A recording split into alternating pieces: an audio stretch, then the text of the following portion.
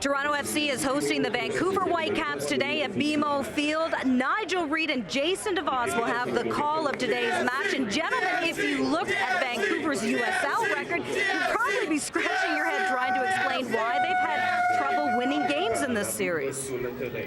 That's right, Brenda. A very good afternoon. You know, Vancouver are actually second in their league, yet they've hit trouble of late. They've lost 3 of their last 4. Well, simply put, they've got to start winning today, or the Nutrilite Canadian Championship will be a 2-horse race. Well, we talk about do-or-die situations, and Vancouver certainly are in one right now. Anything less than a victory today, and their Nutrilite Canadian Championships is effectively over.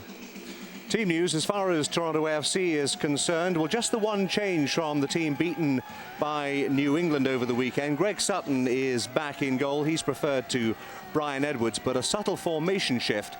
Carver is going 4-3-3, encouraging Rowan Ricketts and Laurent Robert to get forward and support Danny Dichio. Vancouver, well, they are forced to make 2 changes from that Montreal loss last Wednesday. Former skipper, Canadian international Adrian Kahn, has gone off to the Danish Superliga. Chris Pozniak has also gone to try his luck once again in Europe. So the giant central defender Omar Jaroun comes in at centre-back, and Alfredo Valente gets a start on the left-hand side of midfield. Starting lineups brought to you by Nutrilite. The weather, I'm pleased to say that Mother Nature has been kind. Blue skies over BMO Field, 22 degrees, not much of a wind. Perfect day for a game of soccer. Steve DiPiero, Canadian FIFA official, is our referee. He is from Aurelio, Ontario, and when he's not watching soccer balls on green fields, he's a doctor. So happy Canada Day. Toronto all in red, attacking the goal to your left in this first half.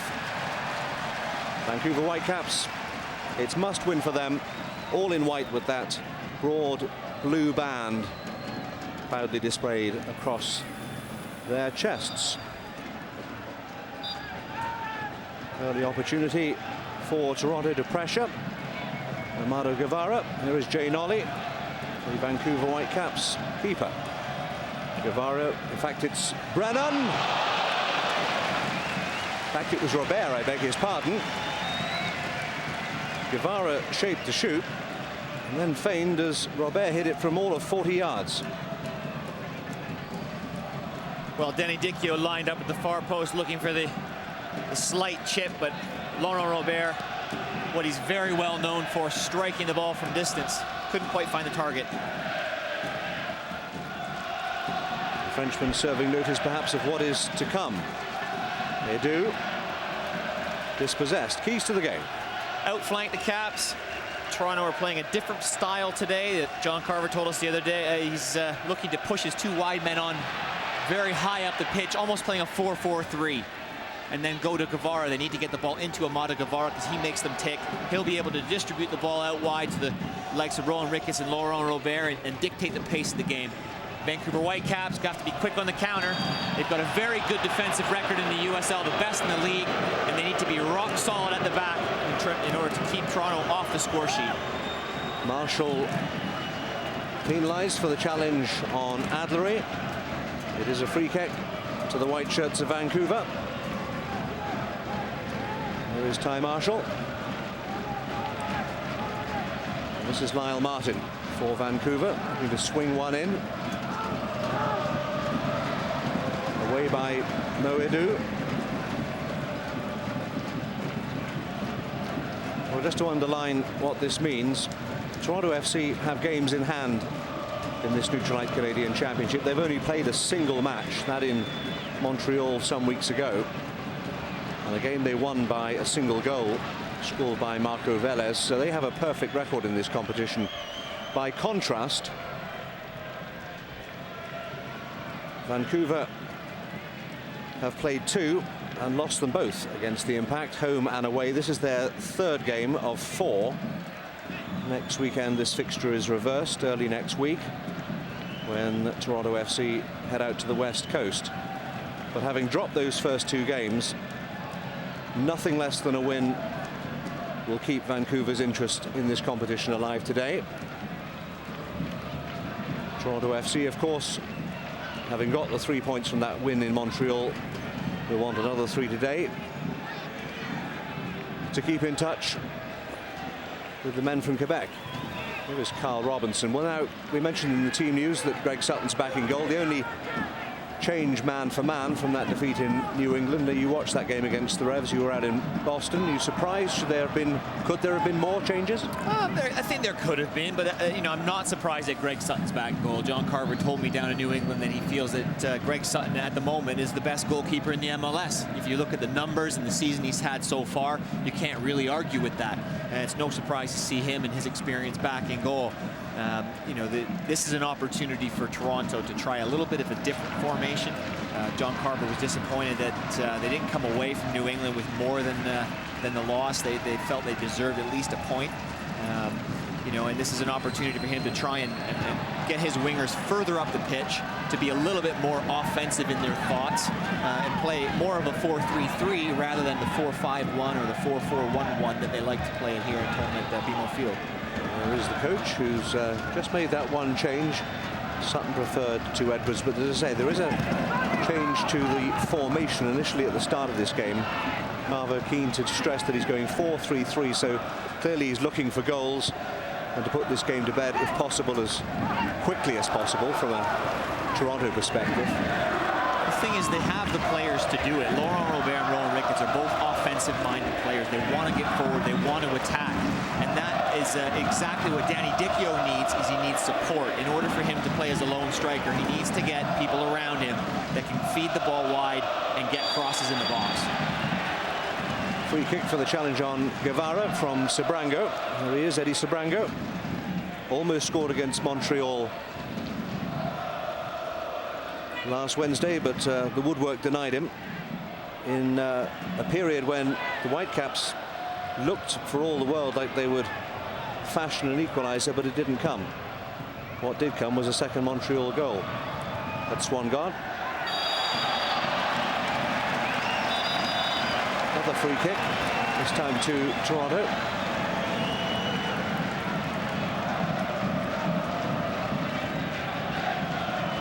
More defending for the Whitecaps to do. Once again in a position of danger. Handball called against Martin Nash. He wasn't best pleased with the decision of the referee. Well, Robert has already had a look. He and Guevara over the ball again. But it's Robert again. Straight into the arms of Jay Nolly.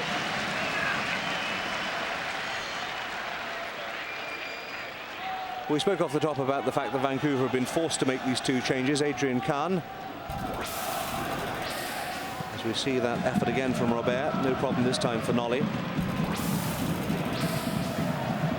Adrian Kahn, captain and central defender for the Whitecaps, has been tempted away to Europe.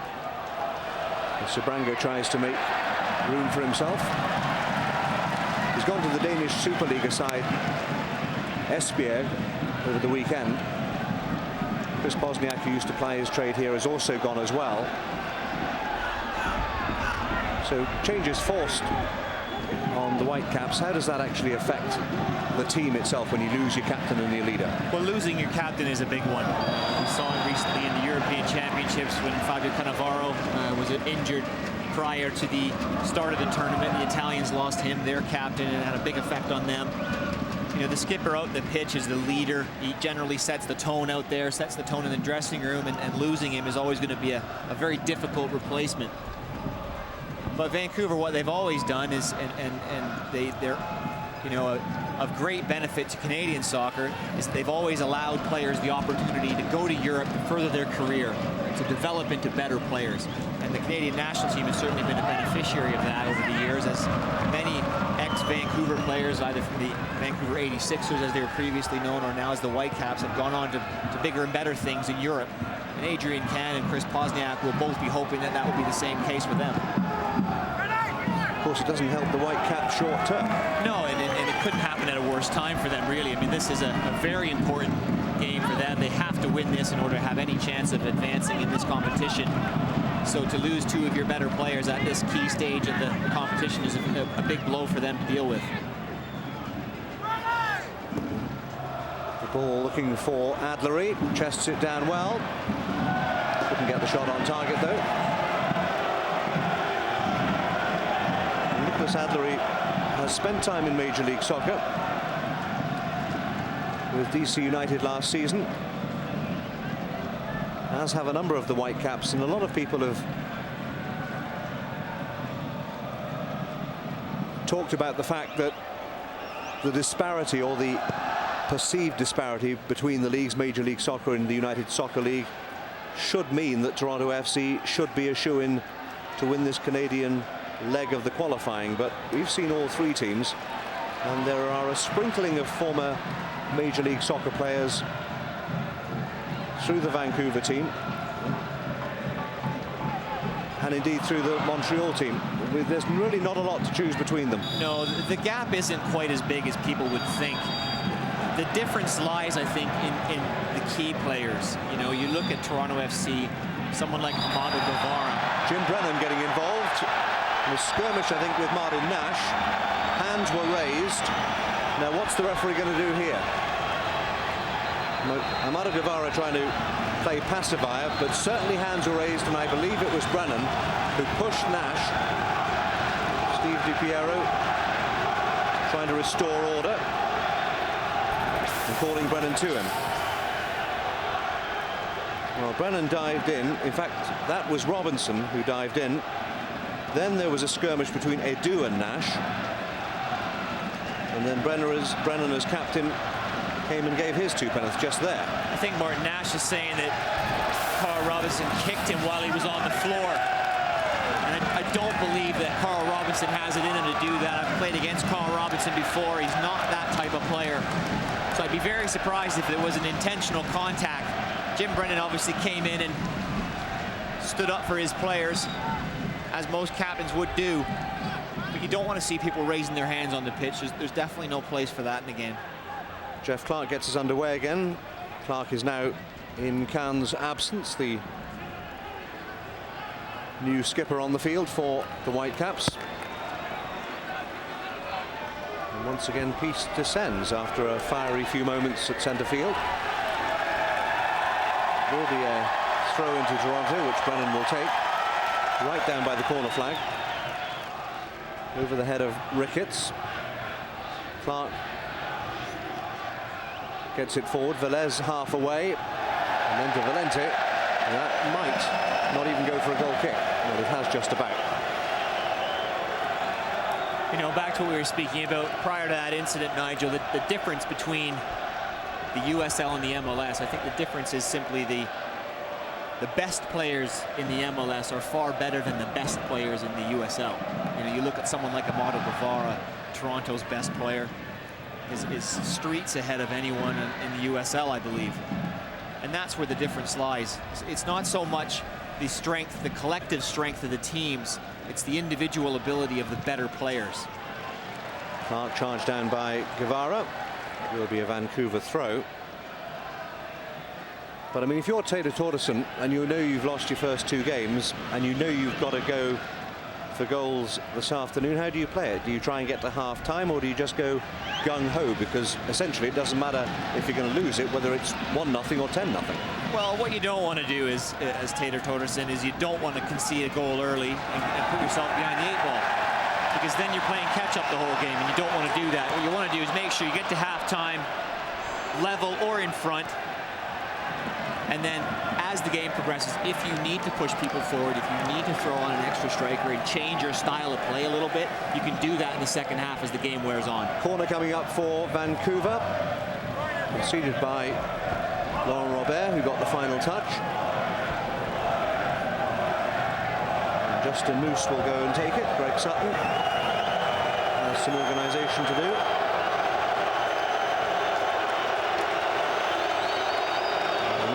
Once he's untangled himself, will deliver right-footed.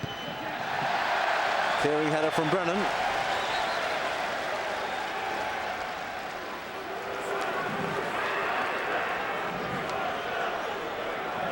As we hit the 13-minute mark. Neutralite Canadian Championship Soccer on CBC Sports, live from a sunny BMO field. Delighted you could join us. There is no score in this all-Canadian matchup. First time, of course, that Toronto FC has ever played the Whitecaps. Here is Guevara looking to get Ricketts away. Ricketts has 2 to aim for. Couldn't beat Kindle.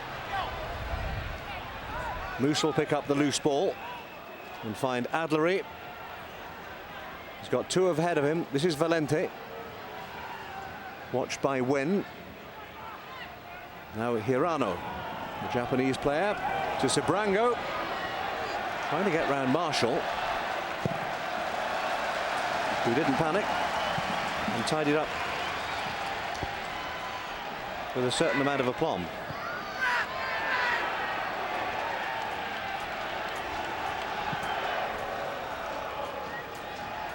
Over the head of Marshall this time, but offside. No score. Let's go downstairs, and here once again is Brenda Irving. Brenda. Well, Nigel, Toronto coach John Carver's made no secret that he needs help scoring goals, and we've had an interesting sighting here at BMO Field this afternoon. Darren Huckerby and Paul Dickoff, a pair of 30-something strikers formerly of Manchester City, are in Toronto's club box right now watching today's match. All the Toronto club would say about their appearance here is that they're in town to have a couple drinks with Director of Soccer Mo Johnson. I think there may be a little more to that story, gentlemen. Brenda, you should have been a spy, you know. Good spot there. Very interesting. Huckerby and Dickoff in town. Well, I wouldn't mind buying them a pint and seeing what their thoughts are. Well, I think they would both be good signings for Toronto FC for different reasons. People will question Paul Dickoff being here as the age of 35, but people call him the Rat for a reason. Moose again with another corner for the Whitecaps. Played slightly wider. Guevara gets his head on it. Played against both those players this season with Ipswich, and Paul Dickoff still has it in him. He's full of running, makes himself very difficult to play against, and Darren Huckerby is a match winner. He can be very frustrating at times. He has a tendency to run offside, but he has the ability to win games on his own, and that's something that Toronto would love to have in their team at the minute. Robert just put off his stride there by Kindle momentarily, but the Reds win the throw. Here is the Frenchman, 33 years of age. Just 1 goal this season, but it was a memorable strike against Real Salt Lake.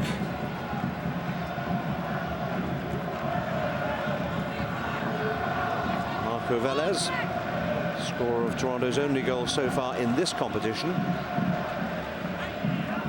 In fact, he connected with a free kick from Robert that night at the Saputo Stadium. Offside again. This time against Toronto. Valente couldn't keep it in.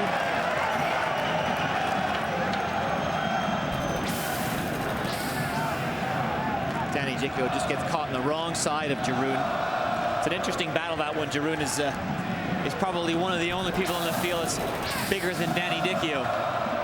According to my information, he is 6'5", which means that he has a couple of inches on Danny, who is officially listed at 6'3", but both of them are dwarfed by Greg Sutton, the tallest player on the field at 6'6".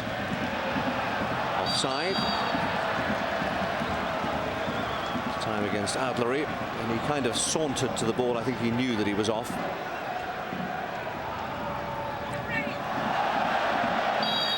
Well, the referee waited to see if there was an advantage for the push on Guevara. There wasn't. So another free kick. Carl Robinson.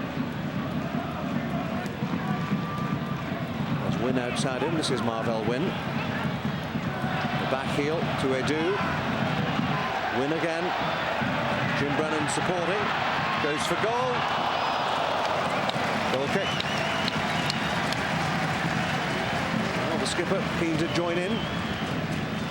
And it was interesting, I thought, in New England on Saturday night, if you watched that MLS game, that when Jim was pushed forward into a more adventurous offensive role down the left-hand side, Toronto had their best chances. Well, a large part of Jim Brennan's career has been spent playing as a left winger. He has that ability certainly to get himself forward into attacking positions and deliver good balls into the box. And he also has a decent strike on him as well, which comes in handy every now and again. But, you know, he's someone that's very versatile for the team and has managed to hold down that left back position quite comfortably so far this year. Martin and Moose combining. Edu cuts it off. And Guevara again. Finding Dicchio, but no one to flick it to, except Taka Hirano, who, when we saw him play against Montreal last week, was playing in a left-sided midfield position, but is equally adept at left back following the departure of Pozniak. Former Japanese international, Hirano, who played at the '98 World Cup. Here he is again, trying to get Sabrango going, but once again, the flag on this near side stops him in his tracks. Eddie Sabrango, the Whitecaps' top scorer this season with 4 goals.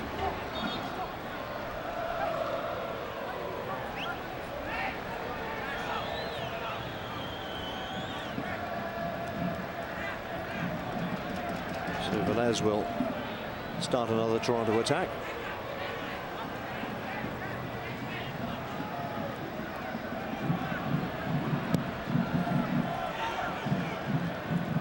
Nash got his head to it first. Kindle on the ball. Steve Kindle and Martin Nash, that engine room in midfield for Vancouver.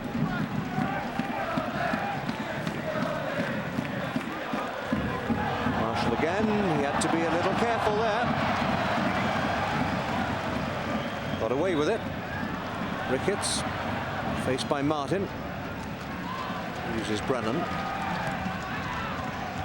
And now Dicchio. The flick to Guevara and Robinson and Robert.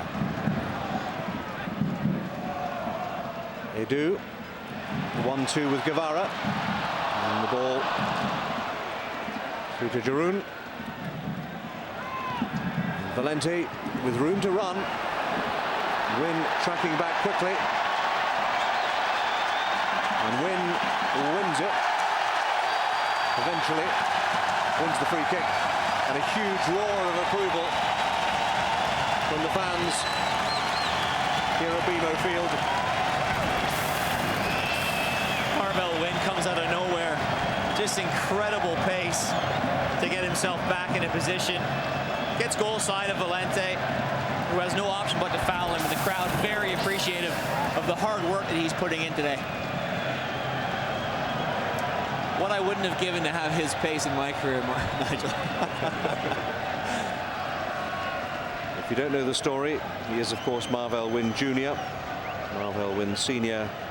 was well known for stealing bases, so pace runs in the family. Here's Justin Moose.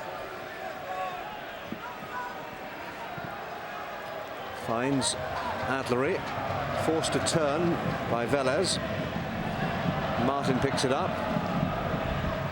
Moose again with the give and go. Cut out by Marshall. It'll come back to Martin. Ricketts. Valente gets the ball across. It'll fall to Moose. And the danger hasn't passed yet. Can he get a ball into the middle? Justin Moose, faced by 2 red shirts. Finds Adlery. Needs to turn, does Adlery. Play on, says the referee. Well done, the referee. Let the play go there.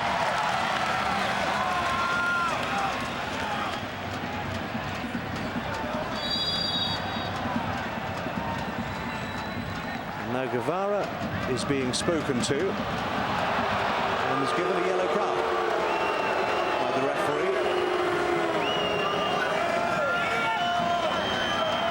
Off the ball incident. A bit of pushing and shoving. And now the Honduran international has got to be careful. He's been unhappy, I think, Amado Guevara, with a few calls that haven't been made. A few niggly little things happening off the ball that he's not happy about. John Carver urging him to settle himself down a little bit. Just past the midway point of this first half, no score. Too high for Adlery. Sabrango couldn't put it on target. So a couple of early cautions. Martin Nash and now Amado Guevara. I'm not at all sure that Jim Brennan wasn't given a yellow card for that early skirmish. I'll confirm that for you in due course.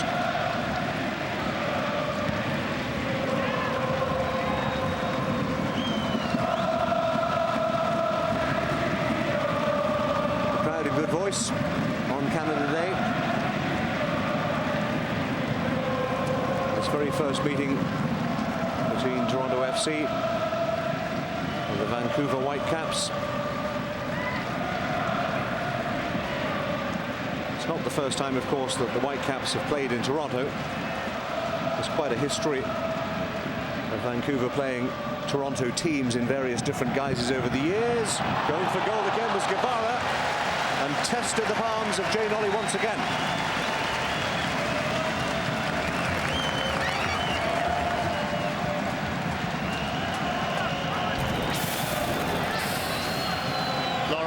Cuts inside on his favored left foot, lets it fly.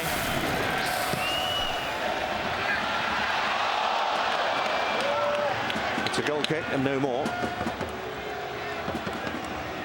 My apologies, did I say Guevara had that shot? I could see it was Robert. It's called brain cramp from time to time. Do accept my apologies.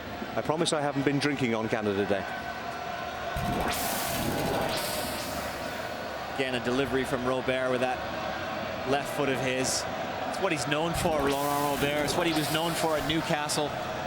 Scored some fantastic goals for them. Wonderful delivery from set pieces, and that's why he's been brought in here. Rowan Ricketts, the Englishman, tangling with Moose, wins the free kick as Moose is bowled over. No hard feelings.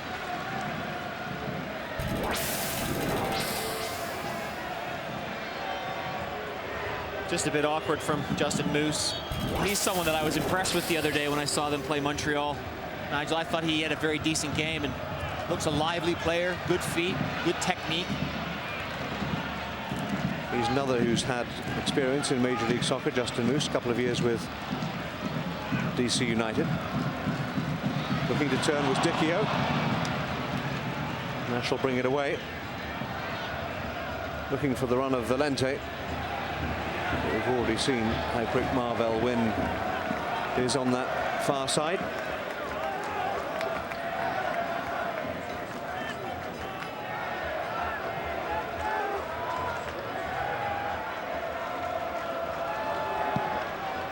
Talking of other players with Major League Soccer experience, Jay Nolly knows all about that as well. He spent some time with Salt Lake and once again DC United. Here's Jim Brennan. Finds Ricketts. Robinson bowled over. Referee lets the play go. Win for Toronto. The flick on from Dicchio. Robinson. It's all very tight in there.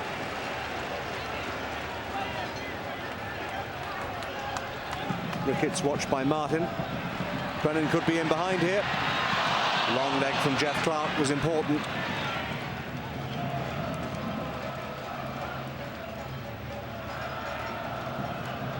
Marshall only finds Valente. It'll be over the head of Adlery. Watched carefully by Velez. Wynn gets it on the deck. Robinson looking to this left-hand side, but never had a chance of finding Ricketts. Martin cut it off. And Moose wins the throw off Brennan. Captain Fantastic, the Iron Man, they called Jim Brennan last season. Played through a catalogue of injuries. And now Velez is penalised for the challenge on Adlery.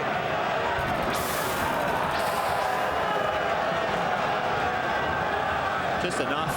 enough of a knock on the ankle to send him over. It's a silly foul, really, because he's not going anywhere. I say this time and again about defenders fouling in bad areas. It's giving Vancouver an opportunity to put a dangerous ball into the box, when if he'd have just stayed on his feet, kept his position, nothing would have happened. Valente, left-footed, into the area, plenty to aim at. He'll come all the way through to Kendall. Kendall locked away by Brennan.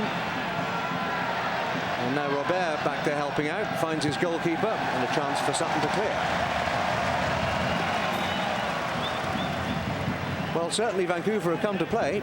They have. They know this is a must-win game for them. There's no point sitting back and soaking up pressure. They've got to go the other way and try and take the game to Toronto, which is not something anyone's been able to do here yet this season in the MLS at BMO Field.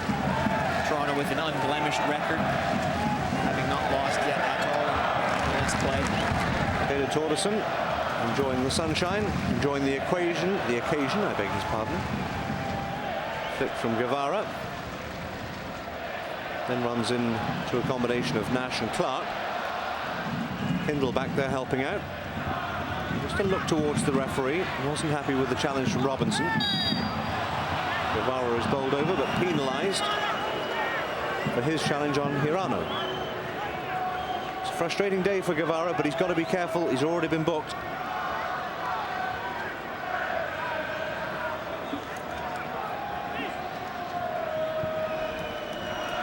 Couple of goals for Amado Guevara this season, both of them in the same game.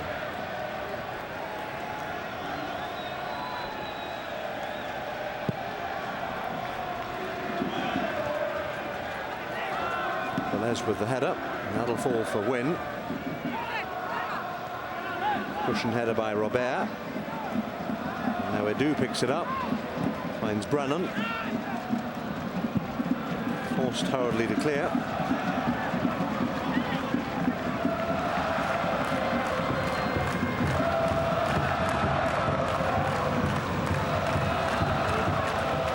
Friday, July 4th, you can catch up on the opening day of competition from the Calgary Stampede with our wrap-up show at 11 p.m. local time. Or you can see it live on Bold and our website at cbcsports.ca beginning at 3:30 Eastern, 1:30 Mountain. That's Friday, July the 4th, the Calgary Stampede.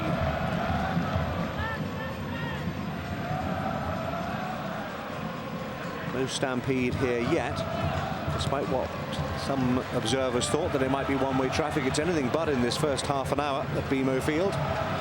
No score. Dicchio faced by Hirano. The Japanese player will get there first and find Valente. Sabrango gives chase. Velez finds his goalkeeper.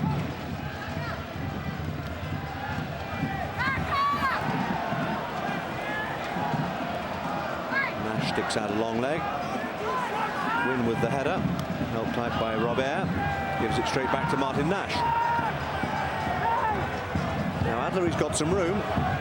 Goes for goal. He wasn't that far wide. It is a goal kick, but once again, the Whitecaps are serving notice that they haven't come here to play for anything other than a win. No score as we approach the 32-minute mark downstairs once again, and here is Brenda Irving. Brenda? Well, Nigel, Whitecaps midfielder Martin Nash confirmed recently that his brother, Canadian basketball star Steve Nash, would be interested in helping bring an MLS team to Vancouver. And Martin and Steve, of course, grew up playing soccer in that city, and he says his brother wants to give the game of soccer a higher profile in Canada. And at the half, we're going to take a featured look at Steve's younger brother, Martin, and about his long and winding road through professional soccer. Looking forward to that. Thank you, Brenda. So don't go anywhere at half-time. A feature on Nash the Younger. Plus, of course, half-time highlights, analysis and stats, as you've come to expect. On CBC Sports, it is a free kick to the Whitecaps. Carl Robinson didn't feel this was a foul. He felt he played the ball, but I think he got Sabrango first. Tackles from behind are frowned upon by referees and almost always blown up for a free kick these days. Well, Nash is shaping to shoot it, but not before the referee has had a word with a couple of men in red. Now Steve DiPiero, the official, pacing off the 10 yards. Valente is also there, but no, referee's still not happy, as Nash was one step away from taking it. He blew up again. Now Nash floats it in. All comes to naught, to the relief of the home fans. A lot of clutching and grabbing there. Clever defending, I like to call that, by the TFC defenders, preventing the Whitecap strikers to get on the end of that cross. That's one description for it.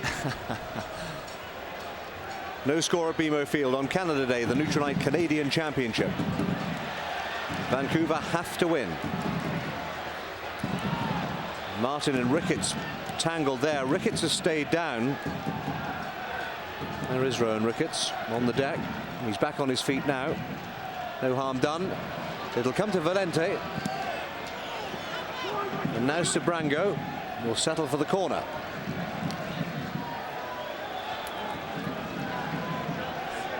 Sabrango, now 35 years of age. It still looks very lively. And he sees the whites of the goalposts.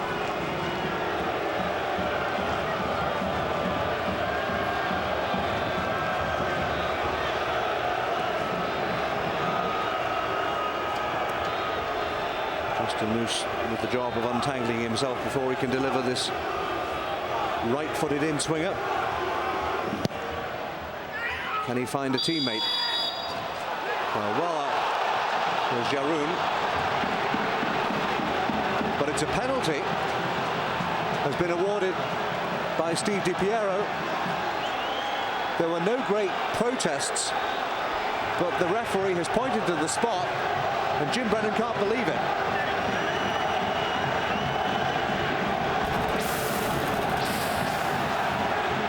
This is not something that you see a great deal of these days. You don't get a good look at it there. The referees called that for obstruction. And that is something that you rarely see in football these days. But you know what? As a defender, I'm pleased that he's called that, because I don't think that that gets called enough. There's a lot of clutching and grabbing that goes on. We were talking about it just a minute ago. Happens all the time in soccer. Never gets called. It is a penalty to the Vancouver Whitecaps. 9 minutes to go before half-time.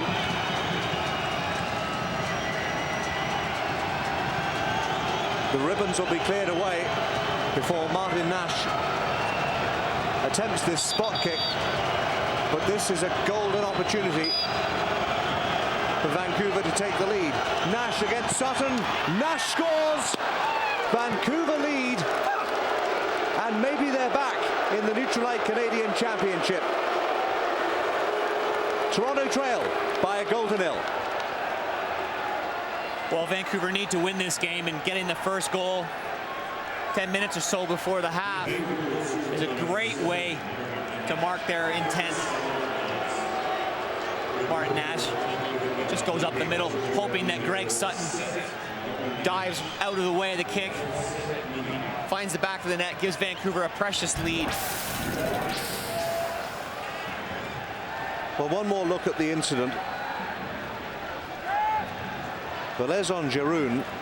I think the referee's called it on Jim Brennan. I was going to say, is that why he's given it? I think he's called it on Jim Brennan. I think he's called a foul on Jim Brennan for obstructing Jeff Clark.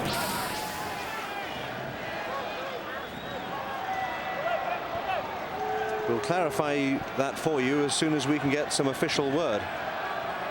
But there is the goal scorer, Martin Nash, his second goal of the season.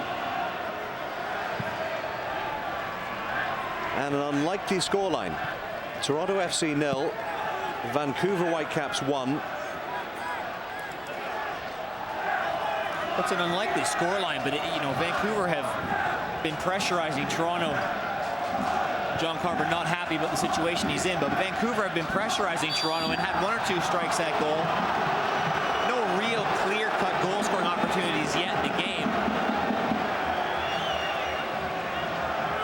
do on Adlery. That time it'll be another Whitecaps. Here we get to see Jim Brennan, just in the bottom left-hand side of your picture. He's got his arms wrapped around Jeff Clark. He's pulling him to the ground. That's why the referee's given a penalty, and that's a good call. I think the referee's made the right decision there. Moose with the ball in, straight into the arms of Greg Sutton. Well, I hope that clears that up for you. It took us all by surprise. Momentarily, you so rarely see those offences called by referees worldwide. They usually turn a blind eye. But Brennan penalised for obstruction on Jeff Clark, led to the penalty. And Martin Nash. You know what? That's great. That's great refereeing. That's just great officiating, because as you say, Nigel, that rarely gets called these days. Jaroon at the other end, doing his job. Steve Kendall. And Vancouver have got the goal they craved and needed so badly.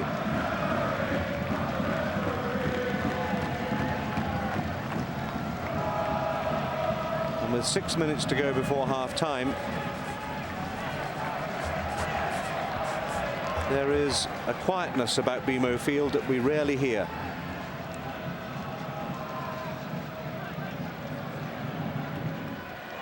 Famed throughout North America for its buoyant atmosphere.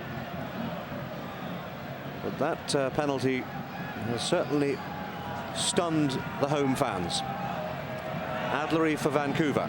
He's got Sabrango ahead of him. Cross-field ball to Hirano, who's got room, might go for goal, does, and he wasn't far away, the veteran Japanese player. Somebody's got to close him down. I mean, the balls come from Adlery on the edge of the 18-yard box, backed away, and nobody comes to him. He wanders forward and ends up having a go from 35 yards. Flies wide of the goal, but Toronto FC have got to sort that out defensively. Someone's got to go pressure the ball, close him down so he doesn't get that free strike on goal. Referee waves play on. Sabrango pulls himself to his feet. Martin with the chip ahead. Adlery comes and finds Kendall. Valente on that far side for Vancouver, who lead it by a goal to nil. Took a deflection. Sabrango was making a nuisance of himself. Has it gone out? It has now.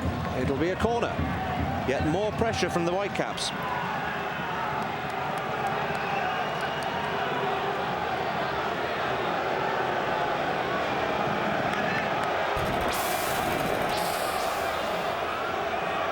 Ball takes a deflection on the cross, and this happened the other day against New England.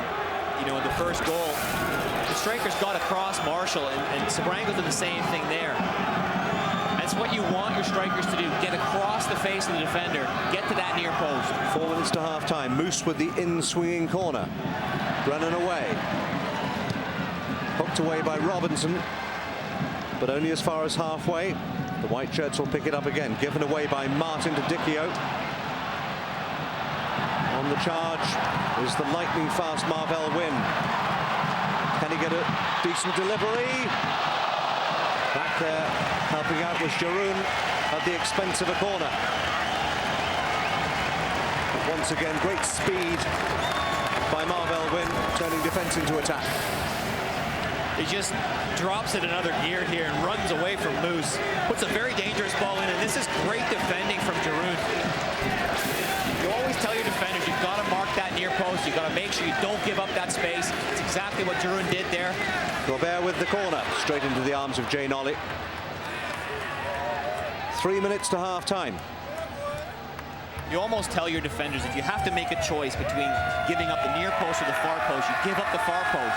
Because a goalkeeper, if the ball gets across the far post, he can always come and grab it. Near post, you see so many goals scored by runs across the near post, and all it takes is a slight touch from the striker. It's in the back of the net. And that was very good defending on that last play by Jaroon to make sure he cut that near post out. Justin Moose got himself in trouble at the expense of a throw. In the end, it could have been a lot worse. Guevara trying to turn. Will get the corner. As Toronto pressure for this equaliser before the interval.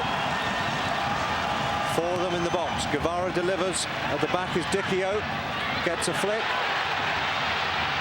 Can Ricketts get the shot away? Slips over. Chance is gone. Valente for Vancouver. Helped ahead by Adlery.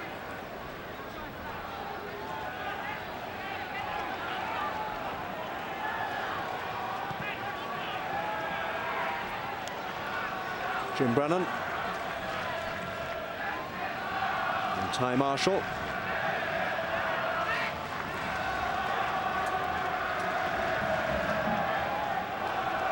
Little under 90 seconds to the interval.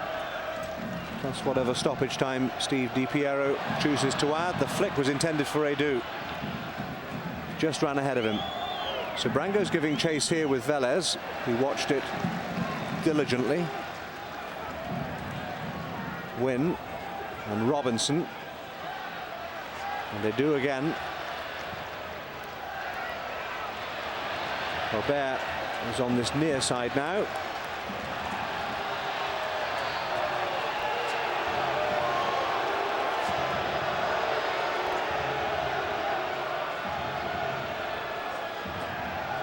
Final minute of the first half. Martin with the throw. Down the line looking for Adlery with the flick. It's found Sabrango. Somewhat isolated. Kindle's there in support. Valente is well forward and well found and onside. To cross to Sabrango. And Toronto FC survive again by the skin of their teeth. That was very nearly a second goal. Well, we've been full of praise for Marvell Wynn going forward, but this is the one area I think where he really needs to improve his game is his positional sense. If he can add that to his game, he can be a heck of a player. He can go on and play at a very, very high level, because chances like that really need to be buried. Great ball in from Valente, in behind the back four. Greg Sutton is stranded, can't come for it. Sabrango gets a touch on it, not enough. He's got to bury that back of the net. But that's the kind of chance that Toronto don't want to be conceding on a regular basis. There'll be 2 minutes of stoppage time at the end of this half. Valente delivers left-footed. Cleared this time.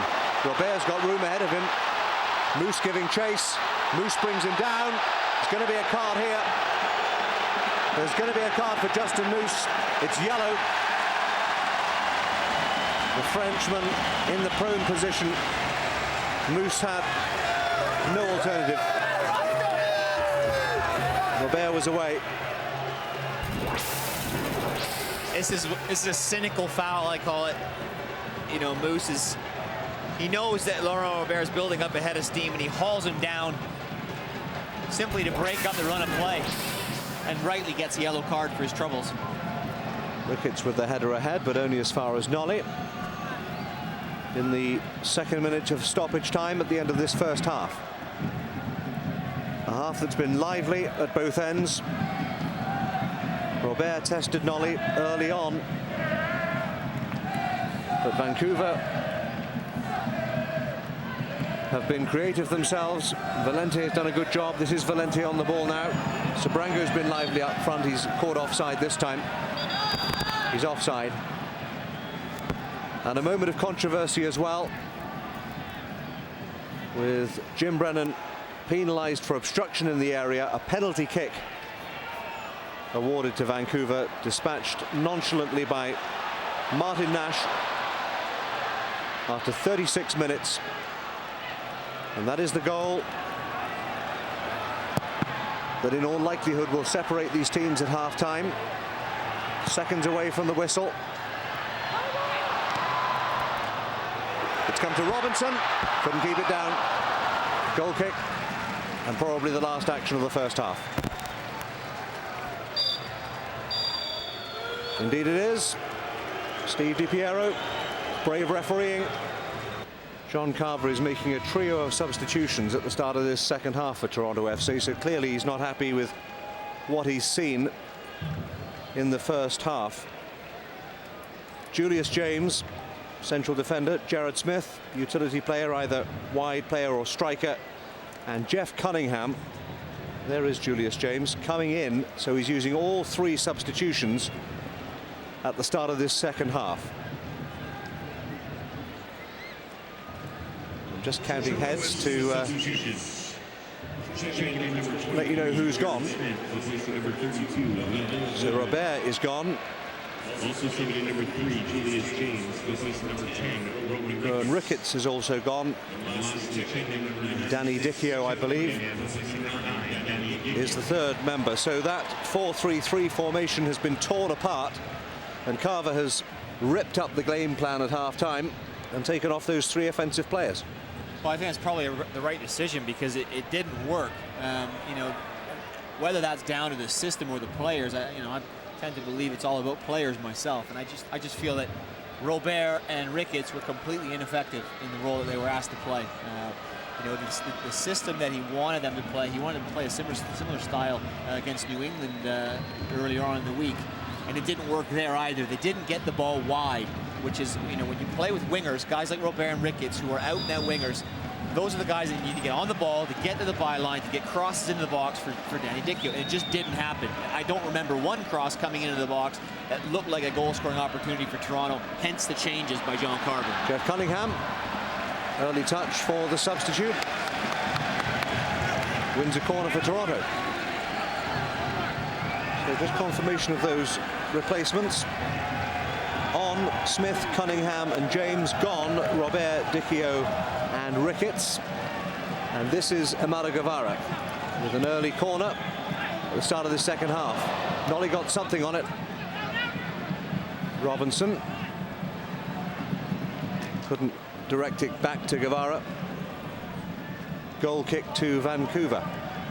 If you're joining us late, you're very welcome on this Canada Day. Beautiful sunny day by the lake shore in Toronto, here at BMO Field. And a 36th minute penalty by Martin Nash is the goal that separates these teams. I'll remind you that this is a game that Toronto absolutely will not want to lose, but more importantly, it's won. What a fantastic save by Nolly from Edu, who surely had to score. It's one that Vancouver have to win, is what I was going to say. It's a tremendous save from Nolly. He feels he was fouled here, and I have to agree with him. I think Jeff Cunningham, you know, holds his ground, but those get called all the time. You always see any foul in the goalkeeper gets called. Doesn't happen. Nolly makes a fantastic save from Edu to keep the scores at 1-0. Hacked away by Jaroun. Well, an explosive start to the second half. Hardly time to draw breath. Moose kept it in. Over the top of Sabrango. Robinson takes it away from him. But what we will see is that Jim Brennan will push forward again on that left-hand side.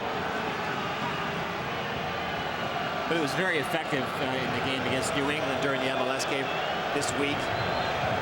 Jim Brennan provided a spark on offense for the team. These things get called all the time. Jeff Cunningham is looking at the ball, but anytime you make contact with the goalkeeper these days, it almost always gets called by the referee. So far in the game, we've seen calls that never get called and calls that always get called, and the opposite is happening. You know, the penalty that was given, which we never usually see, and that call right there, usually blown up for a foul on the goalkeeper. Referee let it go. Toronto missed a golden opportunity to equalize. Clark with the header. Moose was trying to help out. And then back comes Adlery, volleyed ahead by Martin. Marshall and Velez at the centre of defence for Toronto. Marvell Wynn for Edu. It'll come to Robinson. Win inside. Brennan with the flick ahead. Moose with a chance to run, tracked by Guevara. Guevara won it fairly, says the referee. Smith slipped. And the Whitecaps bring it away again through Hirano on this near side. Charged down by Cunningham.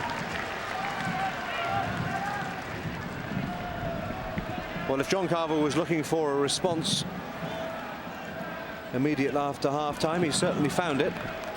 His team haven't found the back of the net yet, though. There he is.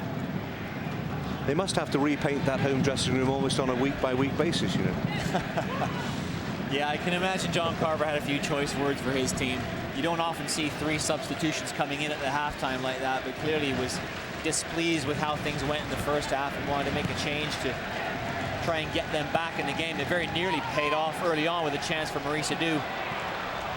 Meanwhile, Sabrango, can he get his head on it? He can, but couldn't get the purchase. It's easy for Sutton. Well, essentially what he's done, Carver, has gone back to the formation with which he finished the game in New England, a 3-5-2 formation. And I know, speaking to him yesterday when he was working out his team plan and his personnel, that he was tempted to start with this formation. In the event, he went back to a 4-4-2 or a 4-3-3. And maybe is regretting that decision now. So he's decided to go with 3-5-2. Adlery goes for goal. Couldn't keep it down. Well, he has the personnel to play this system. He has 3 center halves in Velez, Marshall, and James. As we see Adlery skipping through some challenges and failing to find a target. But in Brennan and Wynn, you've got 2 fullbacks that like to push forward, that are very good going forward. So if you play in a 3-5-2 and push them on as wingbacks, it gives the midfielders an opportunity to get on the ball, distribute play, and you can get those 2, Brennan and Wynn, pushed forward in attacking positions, and it crosses in the box for Cunningham and Smith. Moves upended by Julius James. Free kick to the visitors, which Martin Nash will take. Out to this left-hand side to Valente, who has Hirano in support. Skips inside the challenge of Marshall. Hirano. Marshall stuck out a long leg. Smith, did he keep it in? He did. Jaroun to Clark. And further wide to Martin. And now Moose again. James with the header. James and Brennan. And now Guevara wins the free kick.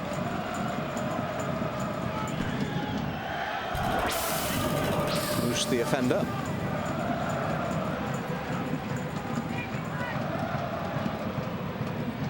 Toronto trail by a goal to 0. In their opening home game of the Nutrilite Canadian Championship. TFC previously went to Montreal and won there by a single goal. It's perhaps worth remembering that no team in any competition has won on this turf since September 2007. Will the Whitecaps be the first? It would be a famous victory if they could pull it off. Here's Hirano for Vancouver. Pulled down by Adu.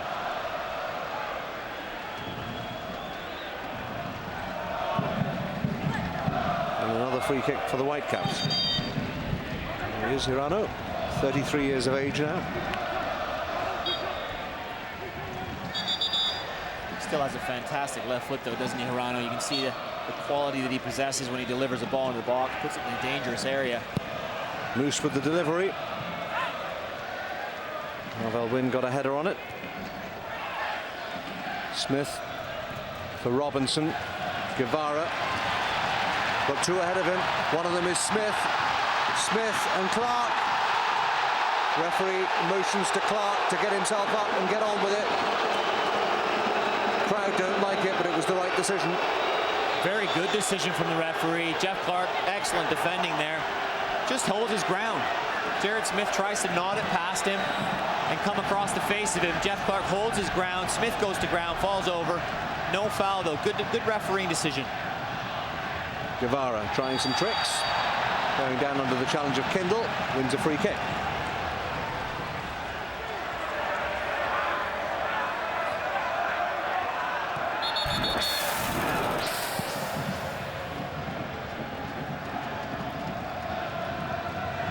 Guevara's come in from some rough treatment today. He's been on the receiving end of quite a few hard tackles.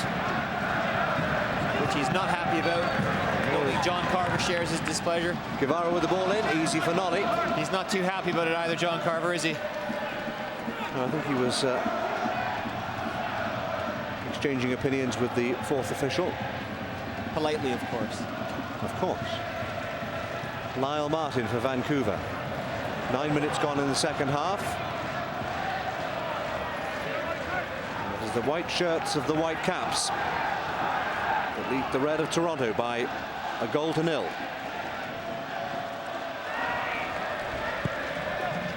Now, if you're Taylor Torderson, I suppose in the next 10 minutes or so, we're approaching the point at which decisions have to be made if the scoreline doesn't change. Is it a case of what we have we hold, or do you chase a second goal? More on that as the game evolves. Free kick to Toronto. Guevara wanted to take it quickly, but he's got two men retreating slowly. Valente and Hirano. Guevara, ball in, headed down. Ricketts got there, but couldn't put it on target.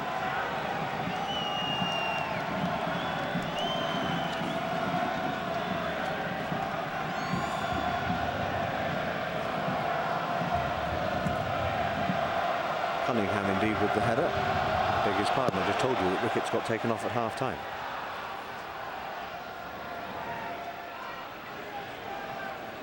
Here's Marshall for Smith, battling with Kindle, who wins possession. Hirano, the chip ahead. James just cushioning it back to his goalkeeper.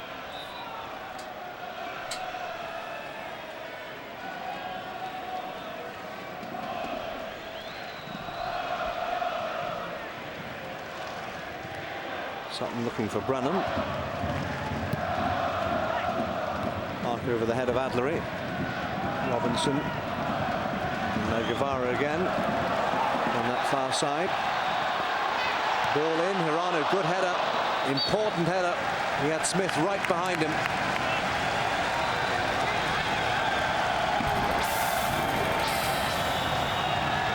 This is a crucial challenge from Hirano. Staying with Smith the whole way.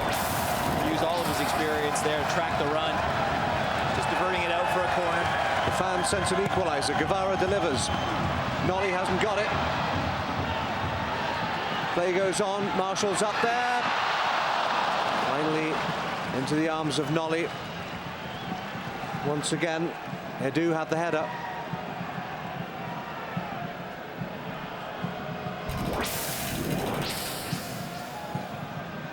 Nolly comes through a crowd of people, can't hang on to the ball, has to retreat back to his line. Maurice Edu has a half a chance, really.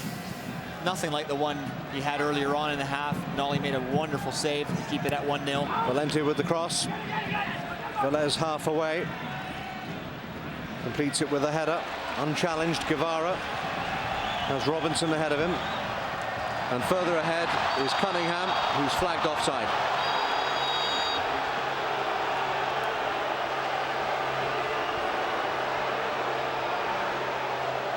The assistant referee on this near side had his flag up quickly. Cunningham thought he timed his run correctly.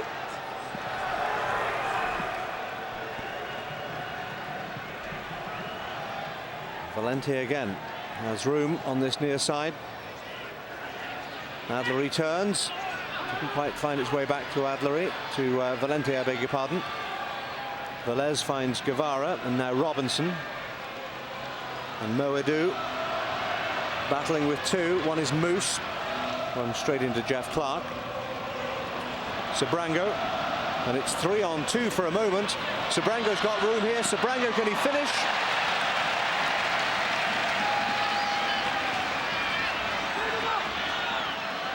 Sabrango battling on. Eventually loses out to Robinson. In hard was Kindle. Nothing wrong. It ricochets off the referee. Now it's Nash. Nash straight into the arms of Sutton. And once again, Vancouver are clearly not content to sit on their lead. Nash got one in the first half. Had another sight of goal there. Well, this is why Greg Sutton's back in the goal, because that is potentially a very, very important save. If Vancouver get another goal and 2-0, it's going to be very difficult for Toronto to get back in the game. Moose looking for the run of Martin, who runs straight into Greg Sutton. Almost bounces off him. Well, it's a long way back for Martin. Edu. And Guevara has Wynn outside him. Guevara looks inside to Cunningham, looking to turn. Still Cunningham, faced by Irano. In the end, Clark cleared it away. It might have got all the way through to Nolly, but Clark wasn't taking any chances. Now, you don't take chances in situations like that. You argue about it afterwards. I always believe that as a defender, if you have a chance to clear that ball, you clear it. It's end-to-end stuff at the moment. As the home fans sense a goal for the Reds. Guevara. Good header away by Sabrango. He then fleetingly clutched his own head. There's no flag. There is no flag. And Edu and Cunningham were well forward and couldn't convert the opportunity. Well, when the ball is struck, Maurice Edu is not in an offside position. There are a number of Toronto players that are, but they're coming back to the play, which is why it wasn't called. Maurice Edu was onside when the ball was played. As the ball comes over the top, he picks it up, he's in an offside position, but it's when the ball is struck. Very good officiating. Again, there have been a lot of contentious issues for the referees to deal with today, some that the fans here are not happy about. But by and large, they've done a fairly decent job. They've made the key decisions they've made well. The offsides they've made well. This is a very good example here. And if you have the benefit of seeing this again on the replay, you understand why it wasn't called for offside. He's made the correct call there.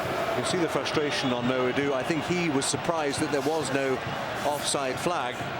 Momentary hesitation. Hirano, by the way, Taka Hirano, as you can see, being led away on the behind the goal.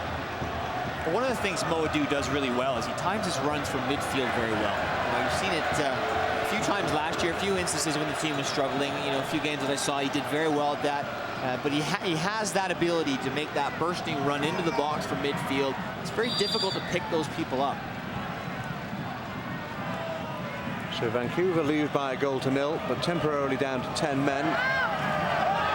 As Hirano gets running repairs by the perimeter advertising hoardings. Velez and Edu. Marshall forced to go backwards to come forwards. Jamaican international finds Robinson. And now to Wynn. Got Smith outside him, comes infield to Cunningham. Can he turn? Well, once again, the idea was the right one, but the execution was not what it might have been. Vancouver still leads it by a 0-0. 62 minutes gone. Let's go downstairs once again and Brenda Irving. Brenda? Well, you know, guys, officiating seems to be a bit of a thorny issue right now between these coaches. During halftime, John Carver and Taylor Tordenson exchanged views in the hallway in a very, let's say, animated way on their thoughts on the officiating of this game, so much so that extra security has been added on the sidelines, and the request made that the two coaches not cross paths on their way to the dressing room after this match. All's fair in love and war. Thank you, Brenda. When you're losing, the officiating's never good. And when you're winning, you never seem to find fault with it. It's not a job that I envy. I certainly wouldn't want to be a referee because no matter what you do, someone dislikes you. Vancouver restored to full strength. Taka Hirano is back on the field. In his left back position, Mo Edu trying to get Cunningham going. Straight into Jaroun, who belts it away.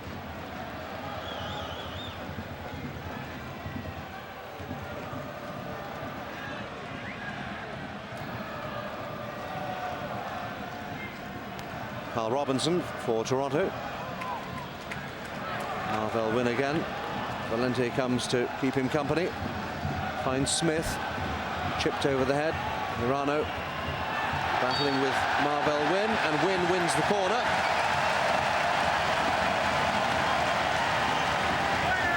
Applause from the coach for the endeavour of Marvell Wynn. I think John Carver was more pleased that the official got this call right than anything else. Yet another corner. Yet another Guevara delivery. Didn't get as far as Nolly. It'll come to Robinson again, who has Wynn behind him. And they're going to give it away to Martin. That's sloppy play. Valente's away, faced by Wynn again, whose pace saves the day. Robinson quickly downfield for Brennan, who's gone to ground. Nothing doing. Well, Brennan penalised for the penalty in the first half. And there's a little bit of afterthought from the TFC skipper.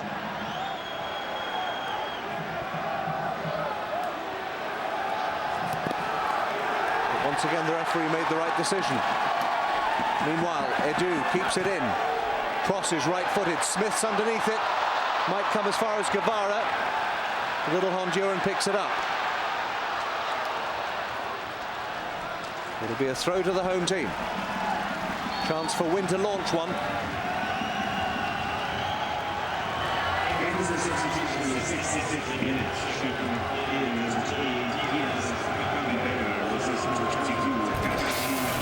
Well, there is going to be a substitution, obviously. Hirano still bothered by that injury he picked up 2 or 3 minutes ago. Jim Brennan thought that was a penalty. Jeff Clark didn't. And he made his point pretty forcefully. Confirmation then of the substitution. Diaz-Cambert coming in. It should be a straight swap, left back for Hirano, who picked that injury just 3 or 4 minutes ago. So first replacement used by Taylor Torderson. A shot from distance from Marshall.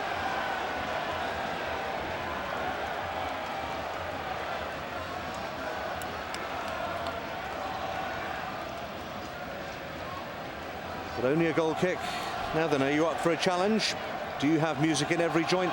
I'm sure you do. All you need to do is come up with a new theme song for Hockey Night in Canada. Calling it the Hockey Anthem Challenge. Go to cbcsports.ca, click on the banner at the top of the page. You've got until the end of August to enter online. As Moose comes forward and is faced by Julius James. No infringement according to the referee. As I say, you've got until the end of the month to come up with the tune, the end of August that is. If you're the winner, it's worth a cool $100,000. Jeff Cunningham. Cunningham tracked by Kindle. Ball stays in play. Cambert now, the substitute, to win. Smith finds Edu. Couldn't control it. Nash was quickly on it. And away come the Whitecaps away again. With Martin Nash. Finds Adlery. Moose picks it up. Sabrango was the intended target. Didn't get past Robinson. There's some short tempers out there. Maybe it's the heat of the day. Maybe it's one or two of those decisions that Toronto feel they've been on the wrong end of. Guevara approaching the danger area. Tracked by Nash. Finds Cunningham. Guevara again. Good idea. Couldn't keep it down. Guevara would have expected to do better from there. It's good build-up play. Jim Brennan makes an overlapping run to create the space for the Guevara to cut inside. Plays it into Jeff Cunningham. Gets the return pass. Just gets underneath the ball. Scoops it too much. Doesn't get it on target. But that's what Toronto need to do to get back into this game. Balls in the feet. Set back. Create goal-scoring opportunities. Sabrango. A bit of flair from Moose. Now Adlery on this near side. Wynn goes with him. Throw to the Whitecaps.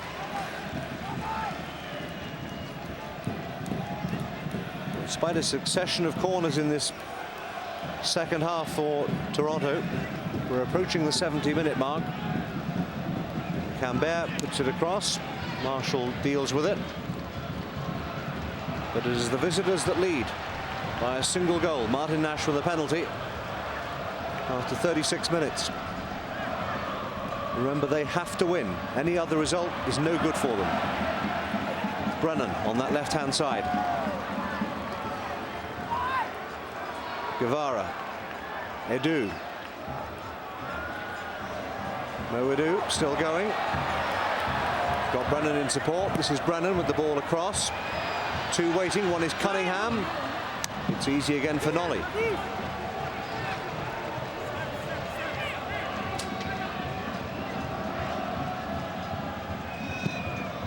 Well, John Carver played all his cards in one hand at half-time in terms of substitutes. Smith, Cunningham, James, all brought into the equation. Another change in formation, but it hasn't brought the dividends that he had hoped for, at least not yet. Toronto need to keep getting Amado Guevara on the ball, getting him into that little hole in behind the front man so he can dictate play a little bit more. Smith. That's where checks. That's where their best opportunities come from. Nice ball to Brennan. In again. Smith and Cunningham again.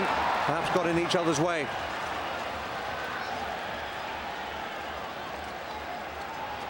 Nothing wrong with the cross. Good cross from Jim Brennan. Dangerous area. A little bit of communication. Jared Smith's got to give a big shout for that so Jeff Cunningham can get out of the way. In the end, they both end up heading in. It goes over the bar. Once again, the pressure is relieved as a result for the Vancouver Whitecaps. There's Ty Marshall. Tries to set up another attack over the top of Cunningham.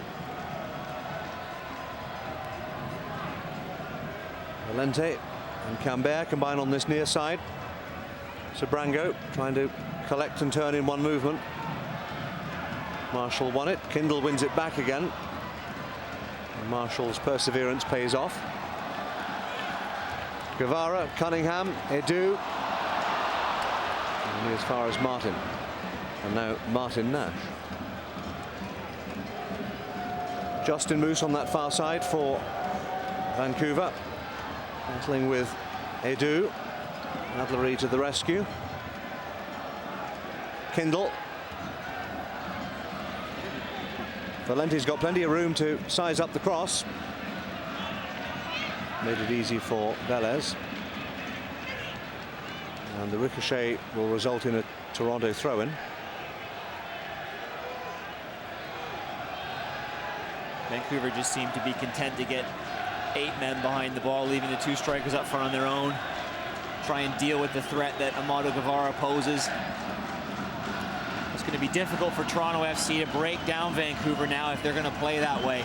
If they're going to get men behind the ball, make it difficult to play through them, Toronto are going to have to move the ball very quickly from side to side and try and create opportunities to get the ball in the box. Vancouver planning to make another substitution in a few moments' time. Vicente Arce, Bolivian midfielder, is about to join in, but not before Sabrango goes for goal. Turns, finds Moose. Shot was disappointing. That's being generous. And here comes the substitution. It is Vicente Arce. And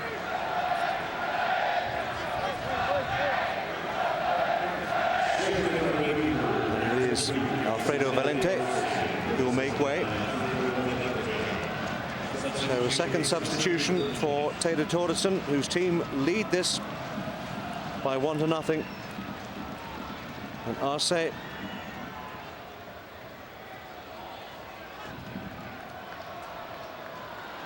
22-year-old from Bolivia. There he is. He's on the field. Once again, a straight swap. Left-sided midfielder for left-sided midfielder.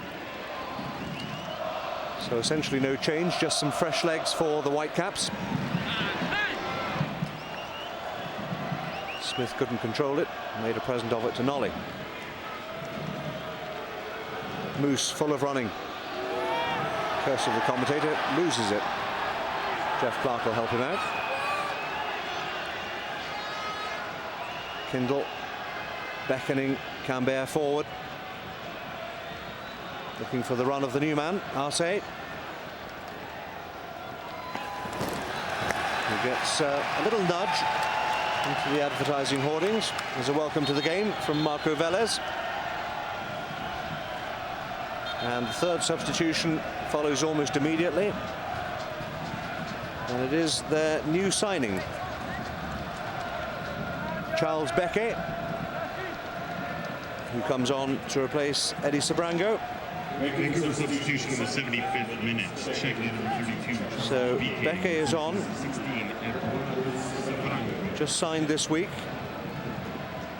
from Montreal in an exchange deal that took Tony Donatelli, the Whitecaps midfielder, to Montreal. So a new strike option for the Whitecaps, Charles Beckett.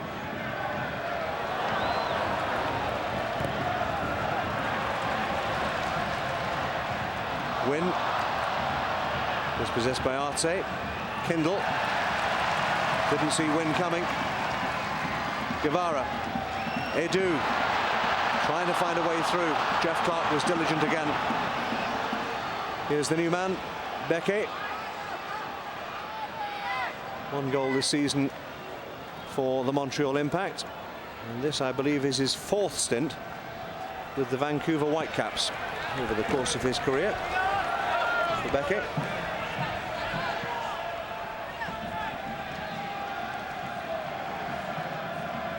Well, Marvel Wynn, as ever, has gone through a ton of work today. Beckett substitutes. Well, theatrically threw himself to the ground. Referee lets the play go. Carl Robinson finds Guevara. The outlet is with Brenner on the left-hand side. But Moose and Martin combine. And Martin goes past Brennan, then past a second player, and Beckett must be offside, as was Adlery in all likelihood. It wouldn't have counted, but a good run from Niall Martin. Speaking of Bob Leonarduzzi a while back, he likens Lyle Martin a bit to Marvell Wynn in the sense he's a tremendous athlete. Fantastic athletic ability. Needs to learn the intricacies of the game a little bit, the positioning that is required playing at fullback. But if he can do that again, like Wynn, has an opportunity to play at a very high level. Free kick to Vancouver. Nash goes for goal.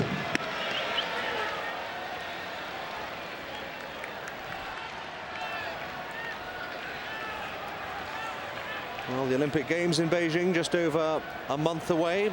For the latest news, insight, stats and features on Canada's Olympians, feel free to log on to the website cbcsports.ca and click on Olympics. You'll be impressed and informed, and we hope entertained. Guevara. 12 minutes to go at BMO Field. Smith's in, forced wide. Jeroen didn't effectively clear. Nolly had to be sharply down to his right-hand side to bring off the save. And the Whitecaps survive once again. Beckett kept it in despite the protests. Smith again. Brennan to his left. Brennan with the cross. It's a little long this time. Arce was able to clear. Win for Toronto.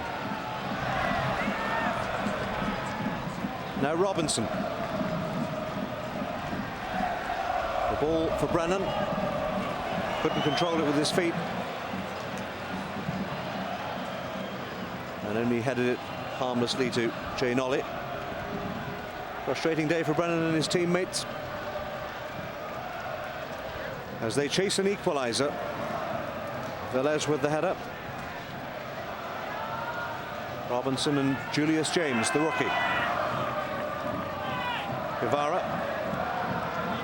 Now Smith. Guevara's continued his run. Cunningham turns. They're queuing up, but they can't break down that white wall. And now going for goal was Edu and forced an important save out of Nolly.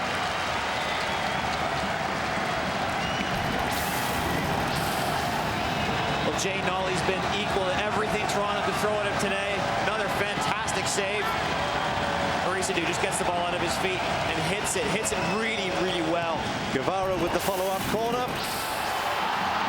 Arce didn't make contact. Adlery did. Needs some help. Well, Becke was there, but the ball didn't go anywhere near where he was. So Robinson and Velez can start another attack. Smith with the ball through. That's a good ball for Cunningham. Cunningham, he's offside. It's not going to count. It's not going to count. Cunningham doesn't know it. Cunningham's leapt into the crowd. He's still celebrating. He doesn't know that it's not a goal. But I can confirm that it will not count.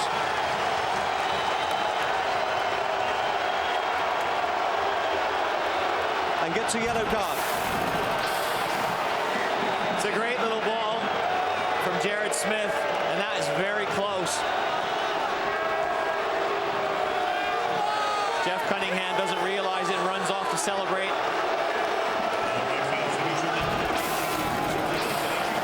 Cunningham given the yellow card for the celebration. I use the word celebration in inverted commas. For removing his jersey. It's a great ball from Smith, though. He almost played that blind. He just sort of had a quick look over his shoulder and played it in behind, perfectly weighted right into the path of Cunningham. Made no mistake on the finish. And the fans are not happy. That was called back for offside. Julius James takes a tumble, wins a free kick. The challenge from Moose was penalised. More pressure coming from Toronto FC as the minutes begun to run down. A little over 8 minutes remaining for Toronto FC to find an equaliser. Guevara finds James. James! It'll fall back to Guevara. It was blocked by Clark. Guevara going for the far corner. Another fine save. Well, Jay Nolly is playing the game of his life.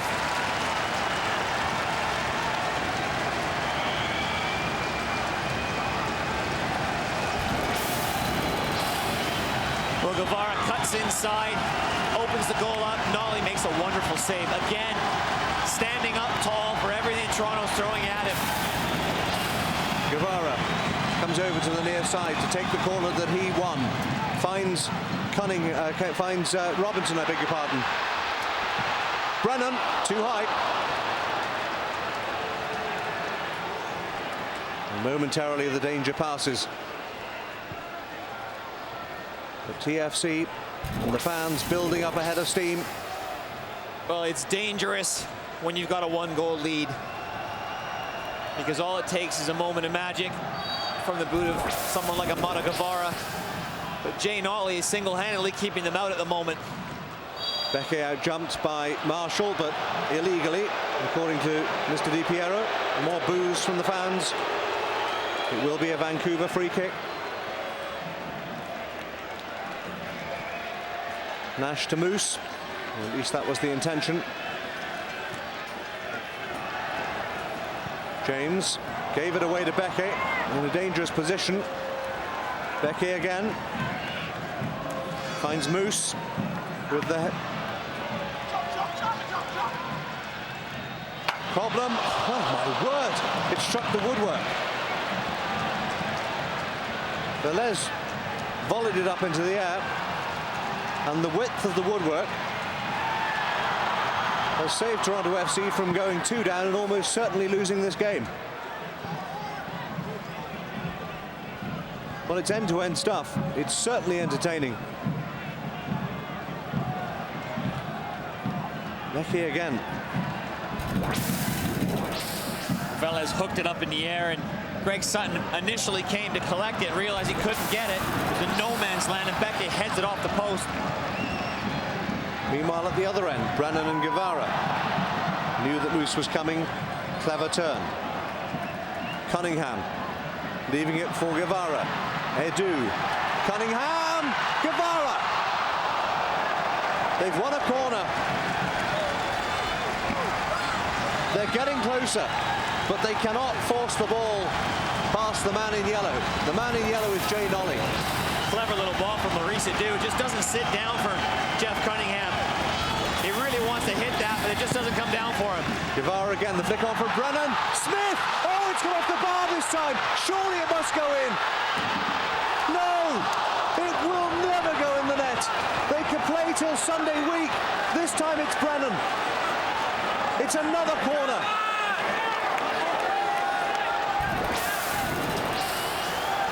Quite extraordinary. It just won't go in for TFC. Jim Brennan with a little flick on. Jared Smith follows up off the underside of the crossbar.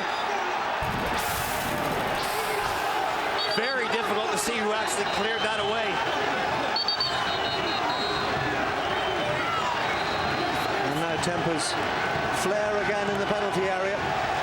Jim Brennan's already been called. Steve Kendall is being singled out by the referee. So is Ty Marshall. Handshakes between the two. No card shown. Yet another corner. This is quite an extraordinary game of soccer. Guevara in again. Robinson. That's why he doesn't shoot often. The Welshman couldn't keep it down. It would have been of value in his home country on a rugby field.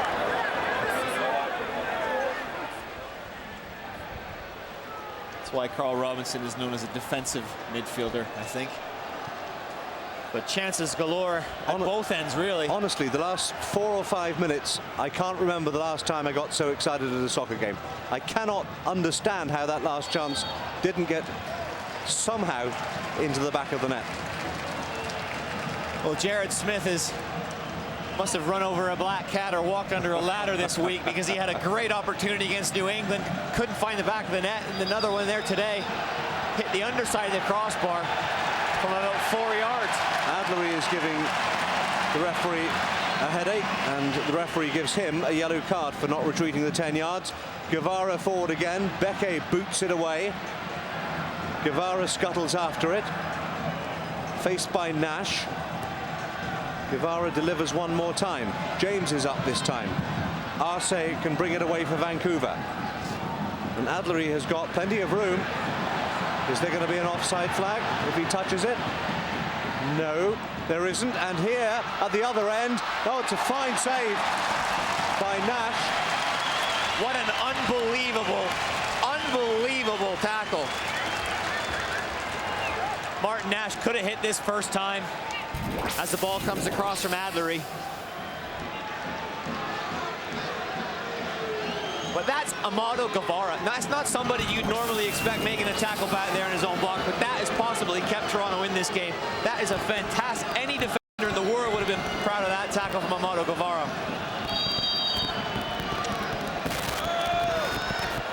Meanwhile, Arce with the corner. To Kendall with the flick ahead. This time Sutton's there. Needs to get on with it. Nearly played Wynn into trouble in his haste. Nash again. 90 seconds of normal time remaining. Throw into Toronto. It's been exhilarating in this second half. Marshall has just got to get it forward quickly. Looking for Cunningham. That'll be over the top of them. Nolly's safe and secure once again. Moose on that far side. James goes to meet him. Adlery, but it's offside. And Adlery just kicks the ball away. has just got a yellow card no more than 2 minutes ago. He'd be well advised not to do that again. Into the final minute of the 90 at BMO Field on Canada Day in the sunshine. The Vancouver Whitecaps of the United Soccer League lead Toronto FC of Major League Soccer by a 0-0, scored by Martin Nash from the penalty spot after 36 minutes. They've survived into the last minute. Can they survive these last few seconds? And whatever stoppage time there will be, Robinson trying to make sure they do not. Marvell Wynn, tracked by Arce. Wynn still has it. I've got one eye on the fourth official. Looks like we're only going to perhaps have a couple of minutes of stoppage time. Nolly just got something on it. Arce hooks it away from the Brennan cross. It is just 2 minutes of stoppage time. Nolly does really well to recover here. He initially comes for the cross, misjudges it, has to reposition himself, and just gets a hand on it. Just enough to palm it away. Edu did well. Great turn from Edu. Jaroun got his body in the way. Well, Charles Becquet at the other end. Well, he'll never outrun Marvell Wynn. But Toronto FC need to be going hurriedly in the other direction. Sutton with the clearance. Smith gets his head to it. Edu battles for it. It falls to Becquet. Arce. It's going to be offside here, this time against Adlery.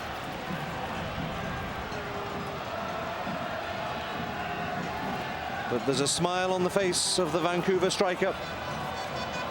He knows his team are within touching distance of a famous victory. Jaroun again with the clearing header. Kindle will pick up the loose ball. Becquet back to goal. Nash. He's got Moose ahead of him. It falls out of play, but it's a few more precious seconds off the clock. On my watch, 40 seconds to play in stoppage time. This could be the last chance for Toronto FC. Arce with the header.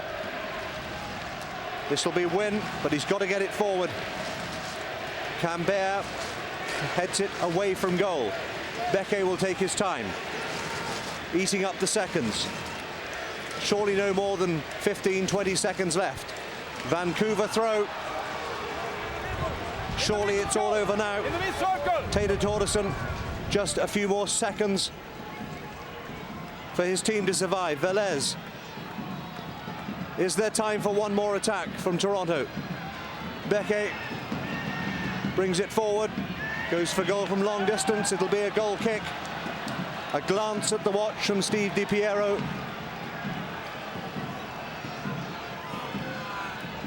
Robinson. Play continues. Guevara. Is there time to get the ball forward meaningful? Once more. We played 2.5 minutes of stoppage time.